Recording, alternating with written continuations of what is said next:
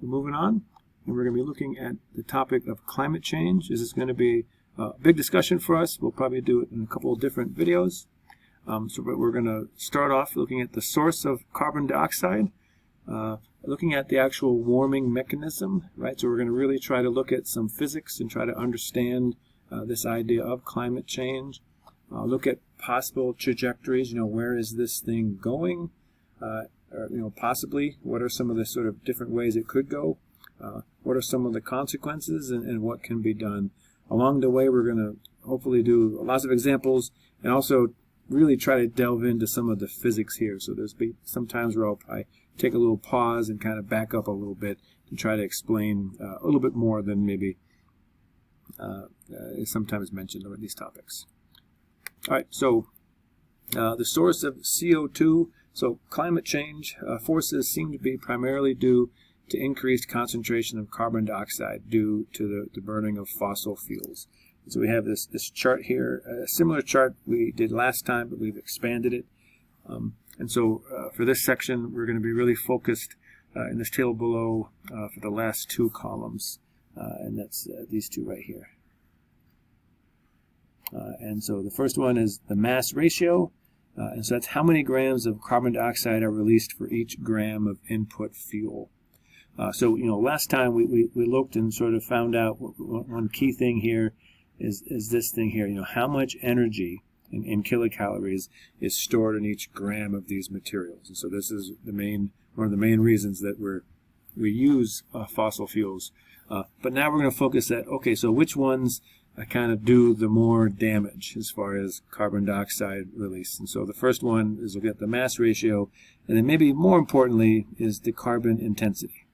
And so that's how many grams of carbon dioxide are produced per unit of energy delivered. So basically, that's what we get out of these things, is how much energy are we getting. And so how much bad stuff, CO2, do we get for each unit of energy delivered. And so you see here that coal, right, so this idea here, coal is almost twice as carbon intense as natural gas. And so you'll hear a lot of people looking, say, hey, can we turn some things more into natural gas as opposed to coal.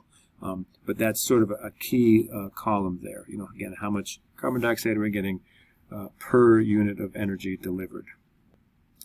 Just to kind of understand some of these numbers a little bit more and kind of look at how much power this can give us. So here's a question: roughly how many kilograms of carbon dioxide are produced from each full tank of gasoline in a car? And so emphasize, like we do often in this class, this is really an estimate. So this is roughly.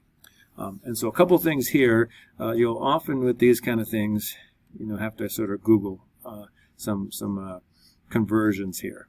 And so what I did is my car has a tank that's about 13 gallons. Okay, so that's 13 gallons of gas in one tank of my car, roughly. Now, the density of gasoline, which gets this into kilograms, kilograms per liter. So that's density, is basically how much mass is in each volume. And so we want to sort of convert that over, because what is our goal? Our goal is to take this piece over here, okay, right over here, where we can sort of say, okay, so how much carbon dioxide do we get for each gram of this material? And so again, here we're going to be focused on petroleum. And so the number we're going to be caring about is this 3.09. So the key here is I need to get this into grams or into kilograms. And so in 13 gallons, the first thing I'm going to do is, because my density is written in terms of liters, is I'm going to try to get gallons into liters. So again, both of these I Googled. And so gallons, we multiply this times, like so, in one of our conversions, 1 liter is 0.264 gallons. When I did that, I got that we get about 49.24 liters. So in this, again, just transferring over to, again, our metric system, SI units. All right, so then we take this, 49.24 liters, and I'm going to use this density. Okay, and so for each liter of gasoline, this tells us how many kilograms of gasoline there are. And so I multiply 0.71 kilograms times liters. Again, we cancel out the units. The liters cancel over here. I didn't do it, but the gallons cancel. And so for this one here, I got 34.96 kilograms. And then now finally we're able to ready to use our table. So 34.96 kilograms. Now the thing is, this thing here is given to us in gram per gram, but we can basically up that to kilogram per kilogram. And it'd be the kind of thing as multiplying both sides by 1,000, top and bottom. And so it works out to be the same number. And so that's pretty handy. And so what this is saying here is again, CO2, how many CO2 grams is in each gram of petroleum. And so what I'm going to do here is multiply this times 3.09. So 3.09 kilograms of carbon dioxide in every 1 kilogram of gas. And that's what this is. So the kilogram of gas cancels. And when I finished out this here, I got, again, this is an estimate, about 108 kilograms. So, you know, surprisingly big, at least when I first did this, amount of CO2 that's actually produced from each full tank of gasoline. Okay, and so you might want to call this the second most important graph of the course. So in 1958, Dave Keeling of the Scripps Institute of Oceanography here at UCSD began measuring the CO2 concentration in the atmosphere. And he began to see a steady increase in CO2 concentration. And you can see that here in this picture. So this is the blue line. There is this sort of bouncing up and down to that line. And what that is that's photosynthesis. Basically, plants sort of have a pattern, a seasonal pattern of sort of taking in and expelling more CO2. So there is this sort of, you know, small little oscillations that go on. But if you look overall, right, there's this basically super increase in the CO2 in the atmosphere. I should mention again just the axes. This is the year, and this is the parts per million of carbon dioxide in the atmosphere. And these red dots are global average temperatures. And so you can see that they're also rising as this moves on, which is, again, the theme of what we're going to look at here. So the author goes through and calculates the estimated CO2 that is added to the atmosphere, and it actually comes really close, you know, if you calculate through. So here's this chart, and so the author goes through and figures out, you know, exactly where, you know, sort of the annual contribution of parts per million of carbon dioxide.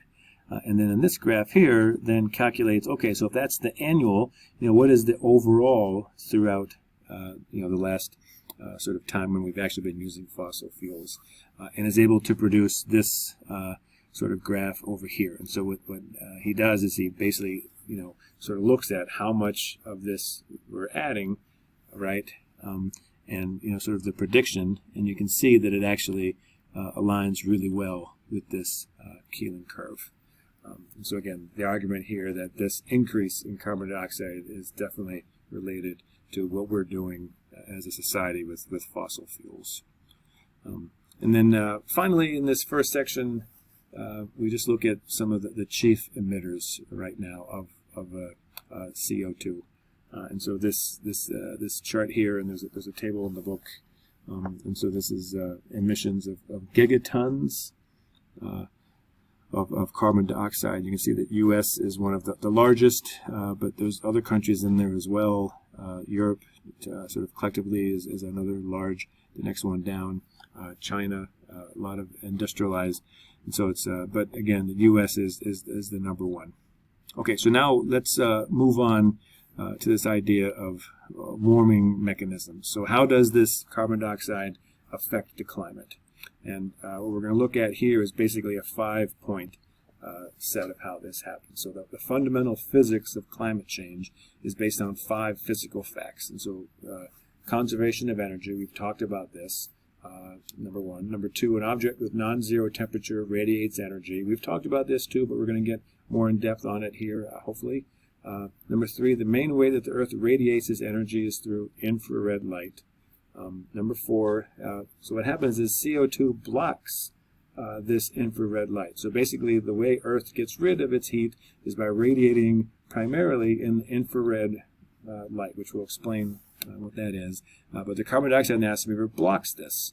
And so as the CO2 concentration increases, right, well, it's going to block this stronger and, again, lead to this idea of warming. So this is our warming mechanism, which we'll pick up in the next segment.